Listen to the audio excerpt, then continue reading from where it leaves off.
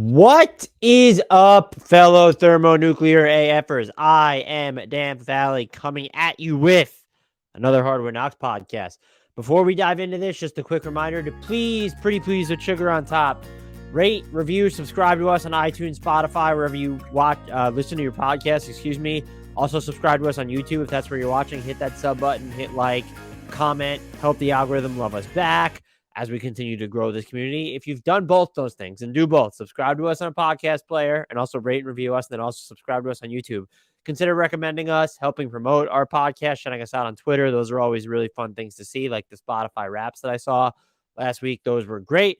We appreciate every single one of you who are listening regularly, and also newcomers. Again, consider throwing us that permanent sub. We have a lot of fun around here. Join our Discord as well. The link to that is in the YouTube and the podcast description, and all of our social handles, TikTok, Instagram, Twitter. Those are all in the YouTube and podcast descriptions as well. So follow us there. With that out of the way, we get started with, I'm going to go through an article was put up at Bleacher Report by Greg SWARTZ about one trade idea for every NBA team. It's a little bit, I think it's like a week old now or something, but I figured I'd go through it because we haven't talked trades here a lot. We had some mailbag questions on it, but December 15th is rapidly approaching and trades are going to become more of a topic. December 15th is a date where most of the players who sign contracts over the offseason could be dealt. We're about to get into the silly season. I know some people don't really enjoy trades. I really do enjoy them. I enjoy what's happening on the court too. I also enjoy the drama. I enjoy a lot about the NBA. So we're not going to inundate you with trade content, but I actually did a trade asset ranking, so I might deliver that on a podcast. So that content might pick up between now and the middle of February. But without further ado, and I will throw it up on the screen for those who are watching on YouTube, we begin with the Atlanta Hawks, and the trade here is the Hawks get Jordan Clarkson, Kelly Olynyk, and a 2025 second from Utah for John Collins. My God. This isn't a shot at Greg. I just can't believe how much John Collins' trade value has fallen. I think Dunked On had been talking about whether the Heat could get Collins for a first round pick and Duncan Robinson. I wouldn't do this if I'm Atlanta. I think that there's still value to be plumbed from Collins on offense just because they're underutilizing him when he's healthy. I know he's injured right now. Doesn't mean that they have to view the final, $70+ million on his deal as an albatross. If this is your best return to expiring contracts in a second round pick, I mean, I know the Hawks are concerned about the luxury tax, but I wouldn't do it. If they home run for Utah, I'd absolutely do that if I'm Utah. On to Boston. The Celtics get Mike Muscala for a 2023 second-round pick. The Celtics do have a trade exception, so this is possible without sending out any players. I'm fine with it. I mean, they could use some extra front court depth if you're worried about not having Robert Williams III healthy or Al Horford holding up, or you just don't want to trust the Blake Griffin minutes at this point. I definitely don't want to see Muscala, going the dual big route. Sometimes Boston likes to do that when Robert Williams III is healthy, not so much right now. Yeah, why not? Oklahoma City, I guess they have enough picks and they do value Mike Muscala within their locker room, but the 2023 pick is not coming from Boston. It's coming from Portland. So it's not going to be like number, 58 or something, but I think that's fine for both sides. The Brooklyn Nets. Oh boy, I see a Kyle Lowry picture. Kyle Lowry and Max Strus for Kyrie Irving. I just wouldn't do this if I'm the Heat. I probably wouldn't do it if I'm Brooklyn either, because do you want the last year of Lowry's contract after this? Strus would help them, but they have enough snipers with Joe Harris. He's going to rebound. He's had some nice outings, but he's clearly not shooting as well as he normally does. They have Seth Curry. You have Patty Mills. You have Kevin Durant, who's been like the best mid-range shooter in the game this year. I get the idea of, we need to get something for Kyrie if he's going to leave, but I don't really like this for either side. I think I'd rather just let Kyrie walk than have the extra year of Lowry, who's great for the locker room. So I guess if you're looking at it from that point, I wouldn't do it if I'm the Heat. Just the odds of him submarining your culture, I don't see how he would get along with a Jimmy Butler type necessarily, who probably wants to work out after the game, and Kyrie Irving feels like a forever question mark after the game. But if I had to pick a side that would be less inclined to do it, I think it would be Brooklyn. I don't know what Kyrie Irving's trade value is. That's part of this problem. I just don't think if they're going to let him walk, I think they'd probably prefer flexibility underneath the tax rather than bringing in Lowry. But again, maybe I'm wrong. Lowry's played a lot better. He is older and he gives like some defensive tenacity. So I think the Heat might be more inclined to say no here the more I talk myself into it. The Charlotte Hornets. Oh, this one looks fun. Charlotte gets Russell Westbrook, Max Christie, and a 2023 second-round pick. The Lakers get Hayward and Mason Plumlee.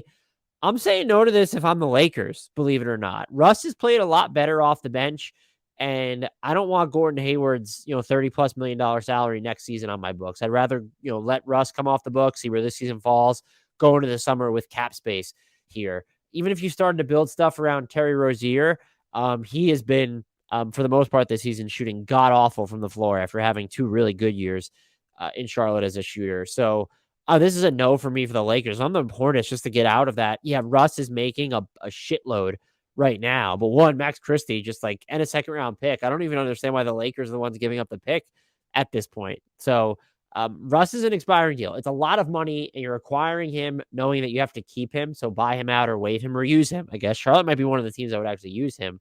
He's played better of late, though, and we're already in the season. We're 20 games or whatever. We're a quarter of the way through the season. Like, it's not that long anymore. And so I don't think the cost of getting him off means as much. If you are the Lakers, you really like Hayward, yeah, he'd be a good fit healthy. He's just never healthy, and he's dealing with a semi-serious injury right now. So I wouldn't do it. The fact that you're keeping all your first, like, maybe that's sort of tantalizing, but you would have to really hope that Gordon Hayward's going to get healthy and then stay healthy. The Bulls, are they tearing it down? No.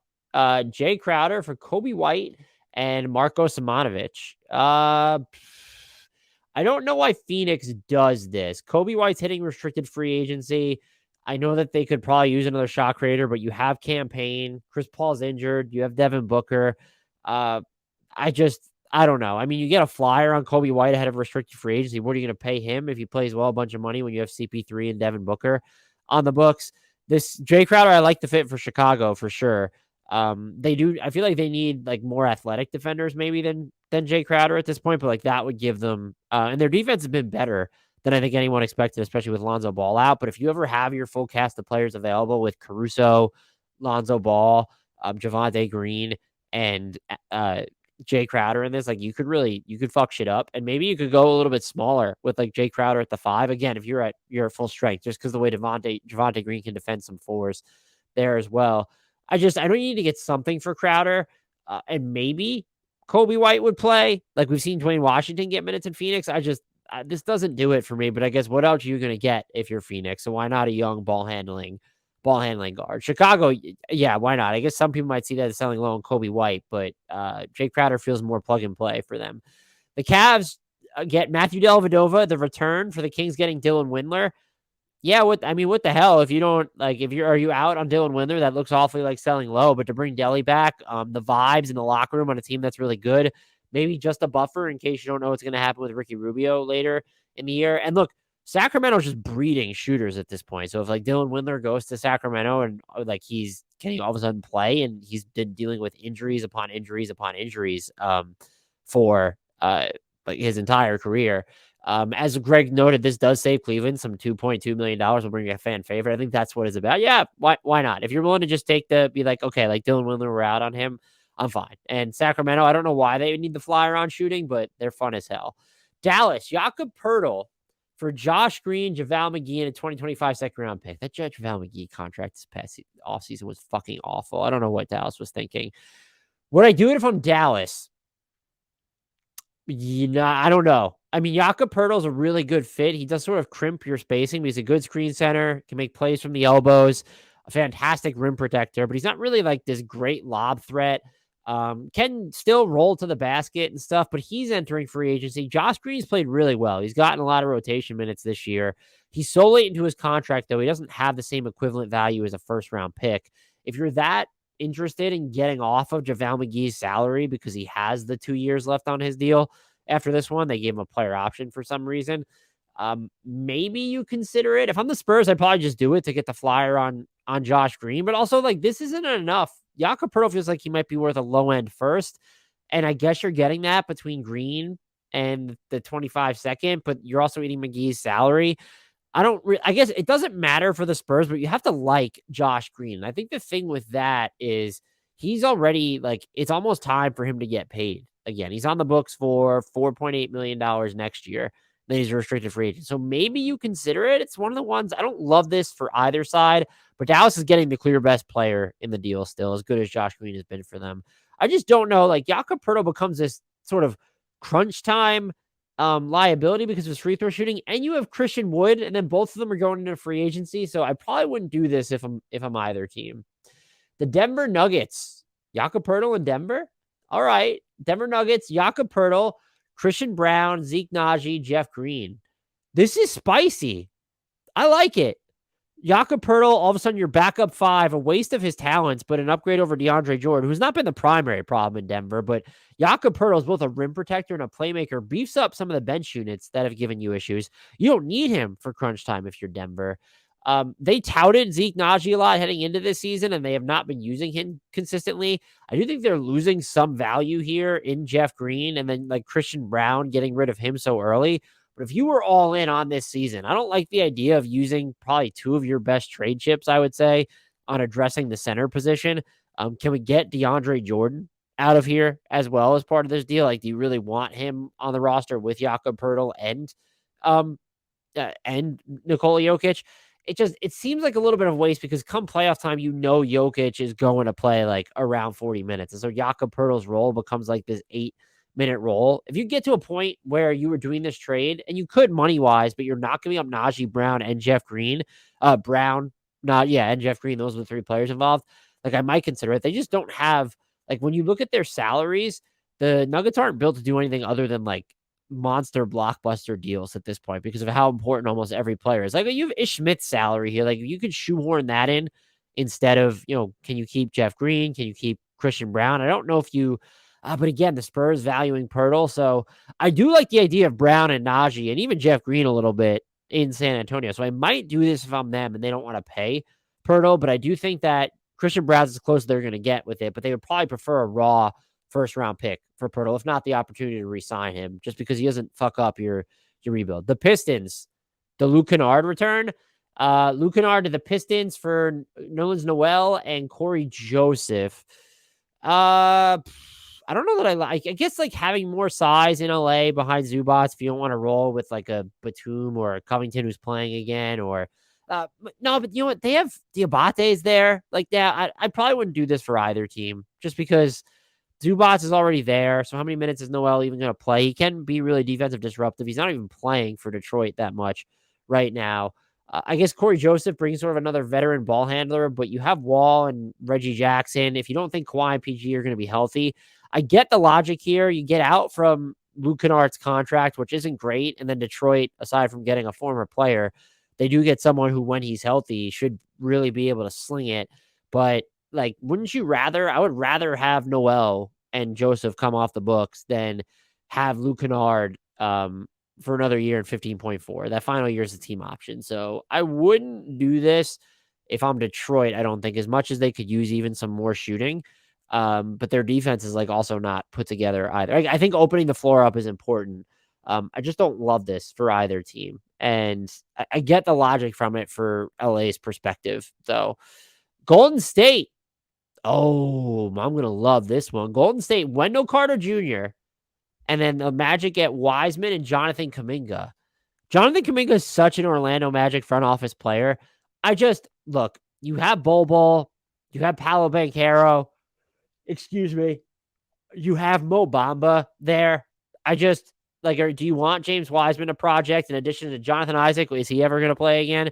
Jonathan Kuminga. I mean, Jonathan Kuminga alone, like, maybe it makes you think about it, but Wendell Carter Jr. is really good. He would be a fantastic fit for the Dubs. He could play with Draymond Green. It does kind of like squeeze Kevon Looney out of minutes. And do you trust Kevon Looney more in the playoffs? I like this for Golden State, though. Like, Wendell Carter Jr. gives you some stretch too.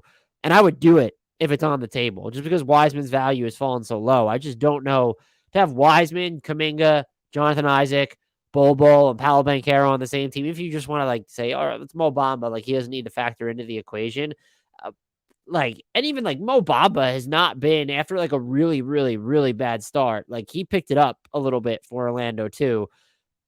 So yeah, this is just overkill. I think the Magic would need more. If you include a future first, maybe, but like Wendell Carter Jr. might be part of their core. And like, he's not super old. He's 23. So if I'm the Magic, I'm not doing this. I've not seen enough from James Wiseman, and I haven't watched it, to be clear, but there are people that are not happy with his G League performance. The Rockets, they get Josh Green and Davis Bertans for Eric Gordon. I'd 100% do this if I'm Dallas. Eric Gordon would be perfect for them. Rim pressure threes. You can get away playing him defensively with Spencer Dinwiddie and Luka Doncic together too. Like that's a lineup that could work. Would you do it if you're Houston?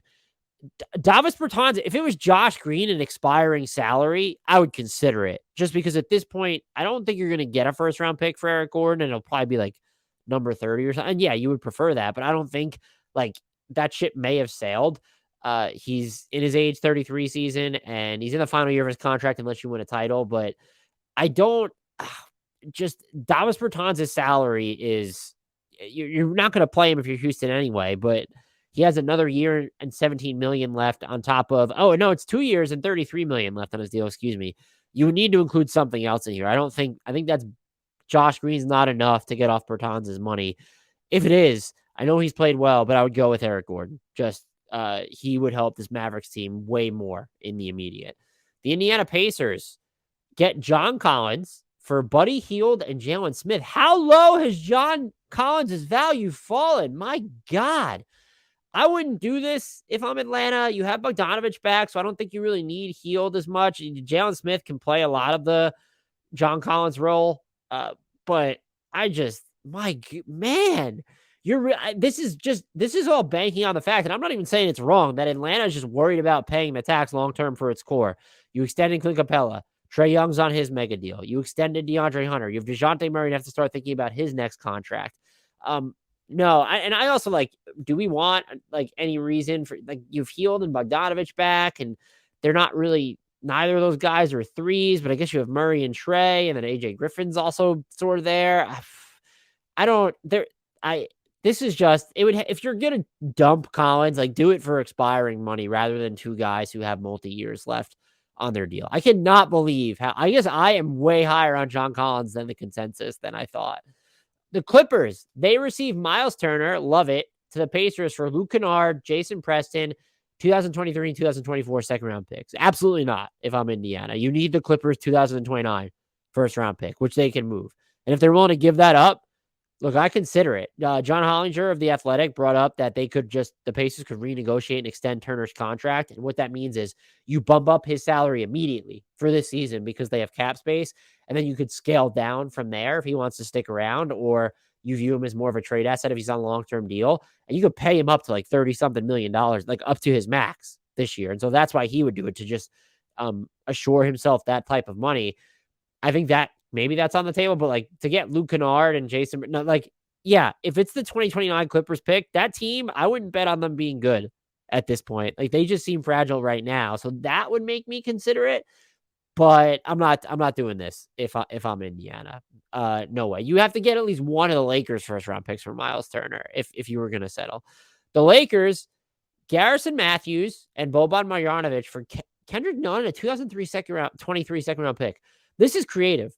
Garrison Matthews playing time inconsistent again with Houston, but he can really sling it, and the Lakers need guys who could sling it. If you can get him going off movement, which is sometimes not something the Lakers will do, or LeBron teams will do, he can become kind of pointless.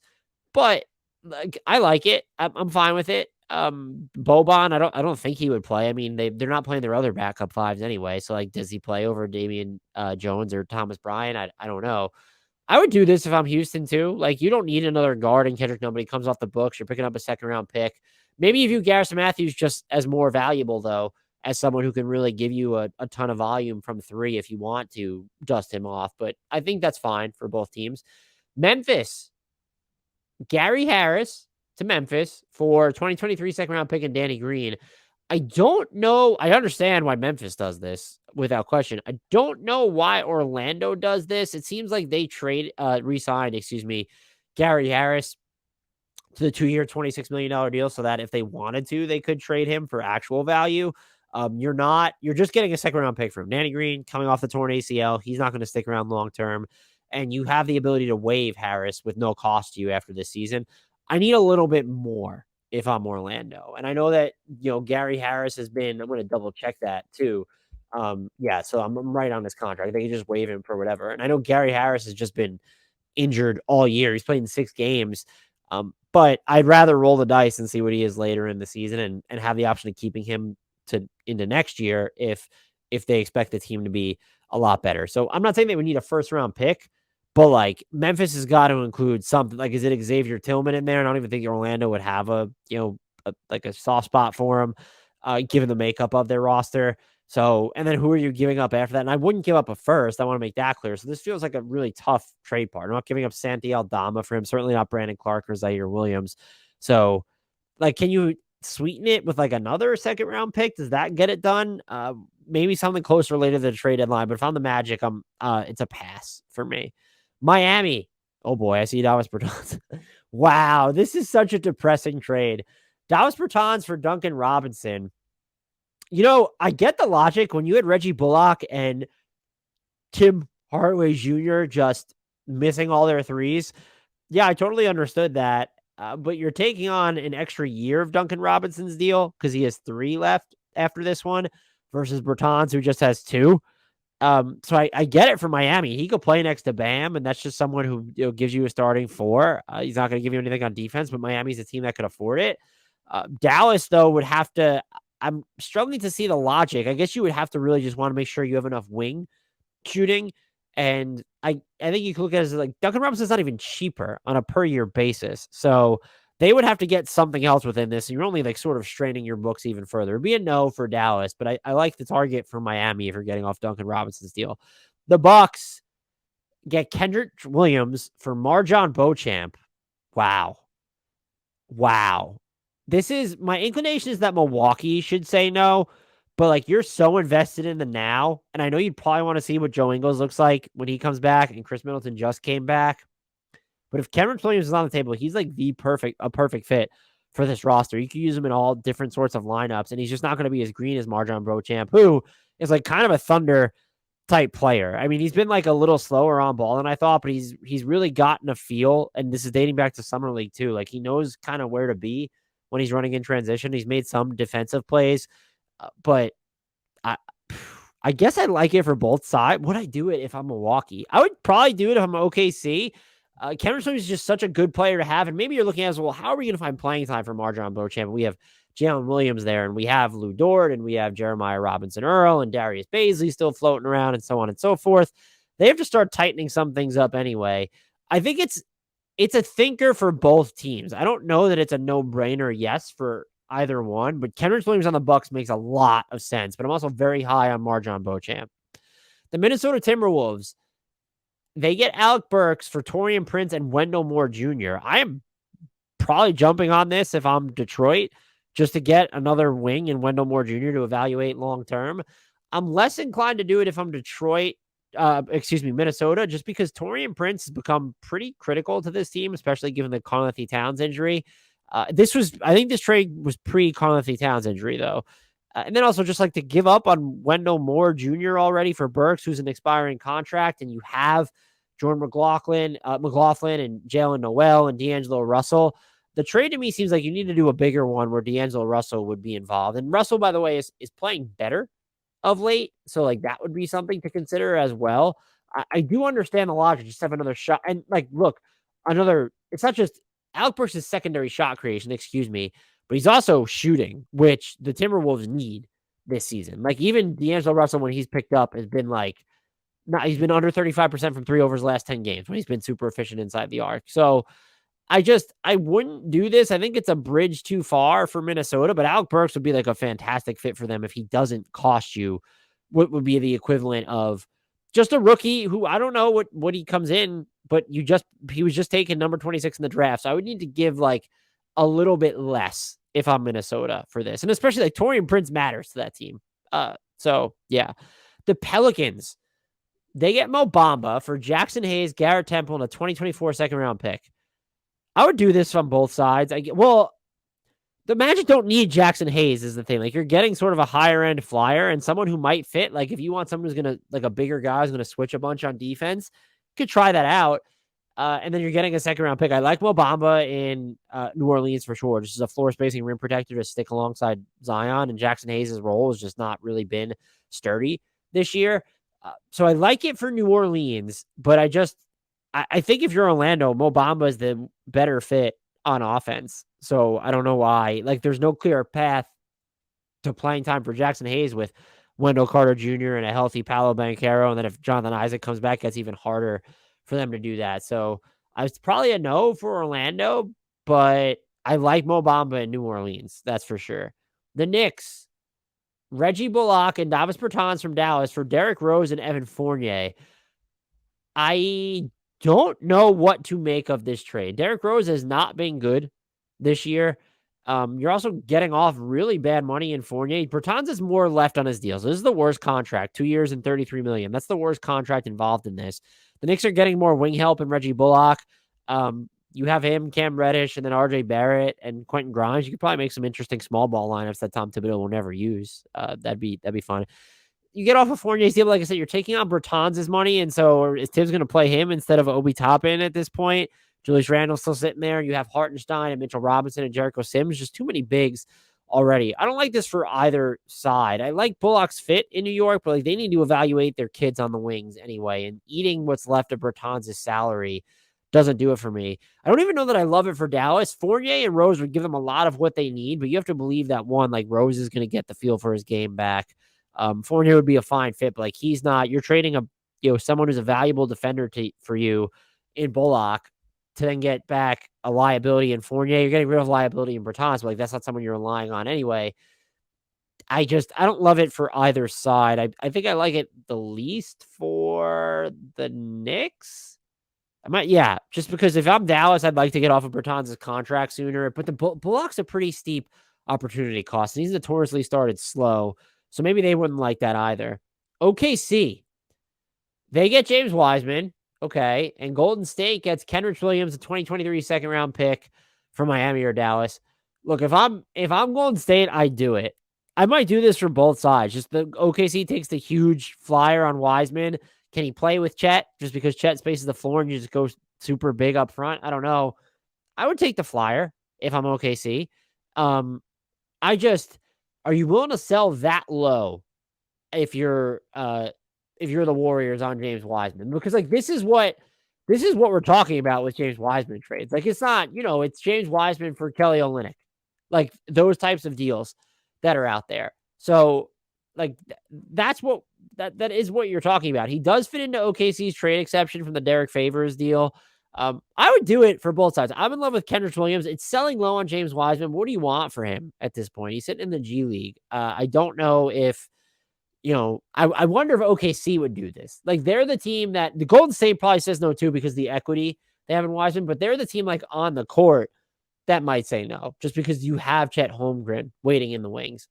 The Orlando Magic receive a 2027 first-round pick in Russell Westbrook from the Lakers, and the Lakers get Gary Harris, Terrence Roth, and Jonathan Isaac.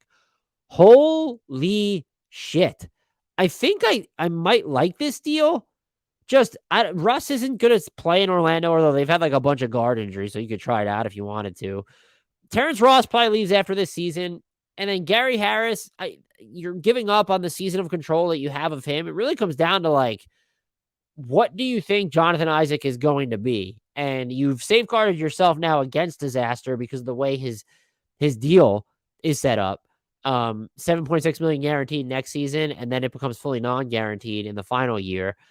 I might do this if I'm just to take the flyer. Look, you get Ross and Harris, like those guys are rotation players for you when they're healthy, which Harris is not at this point.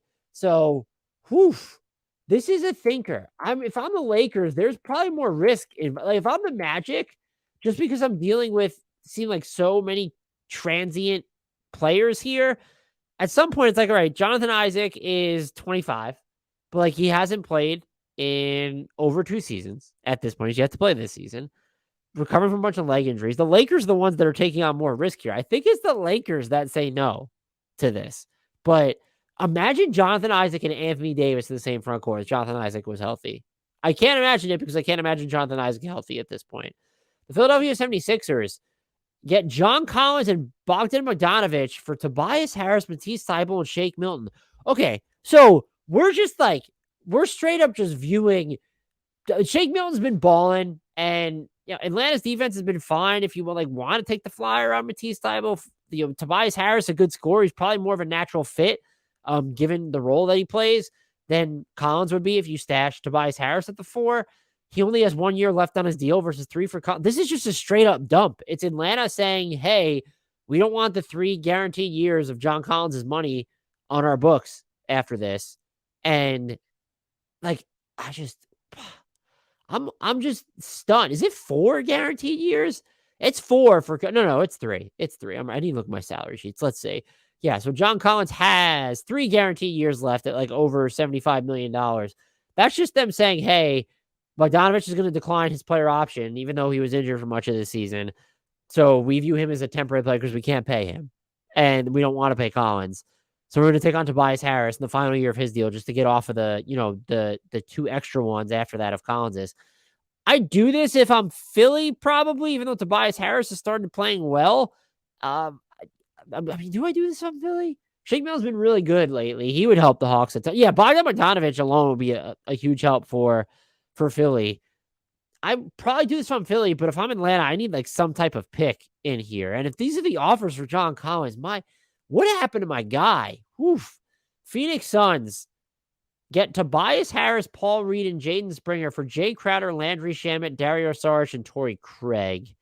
That's a no for Phoenix. That's a big no from Phoenix because I guess the Sixers have to take on, they're getting a bunch of expirings and Jay Crowder, who helps them. He'll definitely shoot more than PJ Tucker will. They have to take on Landry Shamet, who has a year left on his deal. That's guaranteed at like $10.3 million. So that's really nothing. And then we're giving Tobias Harris would really work though in Phoenix, but do you want to pay Tobias Harris when you have, let's look at this next season. You have Devin Booker at 36, DeAndre Ayton at 32.5, Chris Paul half guaranteed at 30.8, so 30.8 million. Mikal Bridges at 21.7 million. And then you're going to add Tobias Harris, the final year of his deal, but it's 39.3. I'd be shocked if they're willing to pay that. I do like Tobias in Phoenix, though, for what they could use. Are you willing to pay that money? Torrey Craig's become weirdly important for them. And so is there a way to do this deal without including him or Damian Lee? We can look at that. And they don't really need Paul Reed with Bismack Biyombo and Jock Landale and even Ish Wainwright there. So it's probably a no for Phoenix, but I do like Tobias Harris in Phoenix, oddly enough. It's just that number I can't picture the Suns doing. The Portland Trailblazers get Isaiah Stewart and Rodney Magruder in exchange for Keon Johnson, Justice Winslow, and a 2024 second-round pick. This feels like an overpay for... it's not an overpay because Isaiah Stewart's really good and imposing on the front line. But like Detroit's getting a lot for Isaiah Stewart here. That 2024 second, it's the more favorable of Charlotte's or Minnesota's. Charlotte's probably going to suck, if we're being honest. Plus, Keon Johnson can jump out of a gym, but what is he? Justice Winslow's had some really awkward moments offensively this year, but he's played some small ball 5 on defense and held up. I think you could talk yourself into it for either side. I do think that Detroit, having more immediate aspirations beyond this season, would prefer to have Isaiah Stewart. I don't know what to make of their front court, to be honest. They have Jalen Duren there. They have Marvin Bagley the third there. Nerlens Noel's not going to be there as long. So there is like sort of a glut with Isaiah Stewart and those other two and Jalen Duren and Marvin Bagley, but I kind of like this for both sides. Just like because what are the Pistons really getting for Isaiah Stewart? Like they would have to like Keon Johnson or Justice Winslow, and then that second round pick is useful. So if you think that Justice Winslow is going to provide actual value to your team, but like you can't carve out minutes for him as the small ball 5, but then I guess if you play him with Marvin Bagley up front, like it allows Bagley to sort of play his natural position on offense, whatever he's better suited to, but also because Justice Winslow's not spacing the floor. Bagley's been okay as a stretch this year. I'm on the fence. I like it for Portland, just to beef up the backup 5 minutes, and Beef Stew is really imposing with his defense in the half court. So I would do it if I'm Portland. I'm not sure if I'd do it if I'm Detroit. Sacramento, they get Reggie Bullock and JaVale McGee from the Mavericks for Rashawn Holmes and Trey Lyles. Yeah. Okay. Yeah. Trey Lyles might be like too valuable for this trade, and JaVale McGee, I mean, I guess he technically could play in Sacramento, but like Rashawn Holmes not playing in Sacramento. He should play. I still think he should play. Used to be like the push shot extraordinaire. Dallas could certainly use him. They're getting off of JaVale McGee here. The Kings are getting Bullock, and like they could still use help on the wings. I like this for Sacramento because you're parlaying two bigs, and you have Sabonis, you have Metu, so like you have options up front, and you can break out JaVale McGee in case of emergency if you really want to. Um, but giving up Trey Lyles, like he's had some really interesting minutes this year, but you already have like Harrison Barnes, Keegan Murray, so you can get your 4 spot done. Bullock can play a lot of 3 of Kevin Huerter there. I think I do this if I'm both teams because at this point you've torpedoed Rashawn Holmes' value. It doesn't even seem like he's a value contract anymore. Maybe you don't want to take on JaVale McGee's money, but he comes cheaper on a per year basis than Rashawn Holmes. Rashawn Holmes is better. I don't know how much it matters if you're not playing either of them. I think I would do it. You have to trust that Reggie Bullock will continue to get off to, that he'll like hit his threes as the year goes on. I would probably do it if I'm Sacramento. And I would definitely do it if I'm Dallas at this point. You are kind of sacrificing some wing depth here, but but you also, I keep forgetting Christian Wood's on this roster. It's like, would I do it if I'm Dallas? I don't know. You're getting off of JaVale McGee and Rashawn Holmes is certainly an upgrade. Is he better than Dwight Powell or Maxi Kleba? Debatable. Like both those players have been better now because they're actually playing. And then you have Christian Wood. So is he still the 4th best big on your roster? So I kind of like it more for Sacramento than I do Dallas, which is weird because I'm a huge Rashawn Holmes guy when it comes to the way he plays basketball. The Spurs get Kobe White and Derek Jones Jr. for Josh Richardson from Chicago. Yeah, I'd do it. I'm fine with this for both sides because give San Antonio someone who could create in half court, maybe not necessarily for others, but Kobe White's going to get shots up. Derek Jones Jr. could be athletic, play a lot of defense for you. Josh Richardson, I think, is a really good fit. Not necessarily, I'm talking about how Chicago needs more athletic defenders. They also need shooting. And Josh Richardson can do that. He's shooting, I think, like close to 40% on spot up threes this year. I would do it. Maybe it's selling low on Kobe White, but they're probably not going to pay him in restricted free agency anyway. I don't know if they let him walk, but I just don't think he's going to command a ton of money. I like this one. I think the Bulls could really use Josh Richardson, and why not take a flyer on Kobe White if you're San Antonio? The Raptors, another Josh Richardson destination. The Raptors get Josh Richardson. The Spurs get Malachi Flynn, Kem Birch, DJ Wilson in 2 seconds. I do this on Toronto. Josh Richardson probably doesn't give you enough dribbling or shot creation in the half court. His shot selection is better than Gary Trent Jr.'s, though, just to give you sort of another option to space the floor. So if this is the cost, if this is the opportunity cost I'm doing it, if I'm San Antonio, do I want more? I wouldn't mind testing out Malachi Flynn in San Antonio. And like maybe even Kem Birch gets some run because their backup 5 is all sorts of weird. I'm going to say in 2 seconds, I'm going to say tentative yes for both sides. I like it for both sides. Just there's a lot of flyers involved here for San Antonio, which feels like spare parts. And Richardson feels like he's worth more in a vacuum. So they would be the team, I think, most likely to say no. But I dig Josh Richardson for the Raptors. The Jazz, James Wiseman and Ryan Hollins for Kelly Olynyk and a 2nd-round pick. Wow, I mentioned Kelly Olynyk before for James Wiseman. It's coming up now. I do it if I'm Utah. Just you have Walker. My God, why? Somebody needs to tell me why I can't get my Kessler straight. In Utah, you have Walker Kessler. Okay, so I was correct the first time. And he's been playing well. You have Jared Vanderbilt. If you're getting rid of Kelly Olynyk, like some minutes open up, but you don't want James Wiseman or Walker Kessler playing the 4. So having those 2 bigs is redundant. At the same time, Olynyk's going to be a free agent. Just give me the upside play in Wiseman. He has the physical tools, even if he isn't necessarily implementing them right now. I do it if I'm Utah. Do I do it if I'm Golden State? Yeah, I probably do. Like, this is just, I'm at the point where it's, especially if they're going to send me a 2nd-round pick, like I just might do it. I probably do it if I'm Golden State. Is that bonkers at this point? Maybe it is, but Kelly Olynyk would help them a lot. Like he could play with Draymond. He could play with Kevon Looney. He could be the lone big on the court. He's been better defensively as a rim protector this year than I expected him to be. He's going to stretch the floor for you. I would do it. He's an upgrade over the JaMychal Green and the previous James Wiseman minutes as well.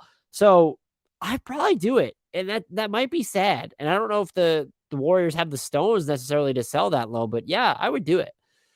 The Wizards, they get Terry Rozier for Rui Hachimura and Will Barton. That's a hard no for the Wizards for me. I still don't really know what Rui is. Like he had a good start to the season as like a spark plug off the bench. Will Barton's an expiring contract. At this point, you have Monte Morris. DeLon Wright's going to be healthy eventually. I don't know why you want to tack on the extra. I know that the Wizards are addicted to being in the middle, but why you want to tack on the 2 years And what is he at? 40 million? No, he's at 48 million left on Terry Rozier's contract. Plus, he's got mostly a full, yeah, he's got 3 extra years left on his deal that when fully guaranteed would be 75 million. And most of that is guaranteed. So no, I wouldn't do this if I'm Washington. That's just Terry Rozier's not played well enough for me to get in that business while giving up 2 expiring contracts. And they if we're talking Cody Martin, if they want to go after him or maybe even PJ Washington, but I don't love the Rozier fit. Again, you have Monte Morris there. You have Bradley Beal, DeLon Wright. You don't need another guard who's not especially big. The shooting would help out a ton. So that's a no from me. I hope you enjoyed this reaction. I have a lot of respect. Coming up for trade ideas for every single team is hard. So even if you don't like them, that's an exercise to go through. Please remember, if you're still with us, subscribe to us on YouTube and wherever you get podcasts, Apple, Spotify, Google Play, both mediums. That helps us out a ton. Tell people about us, retweet our promos, recommend us, anything you could do to help us continue building the communities. Follow us on the socials. The links to that are in the podcast and YouTube descriptions. And last, but certainly not least, I leave you with the shout out to one, the only, the indelible, the person who embodies the spirit of thermonuclear AF, Frank Ntilikina.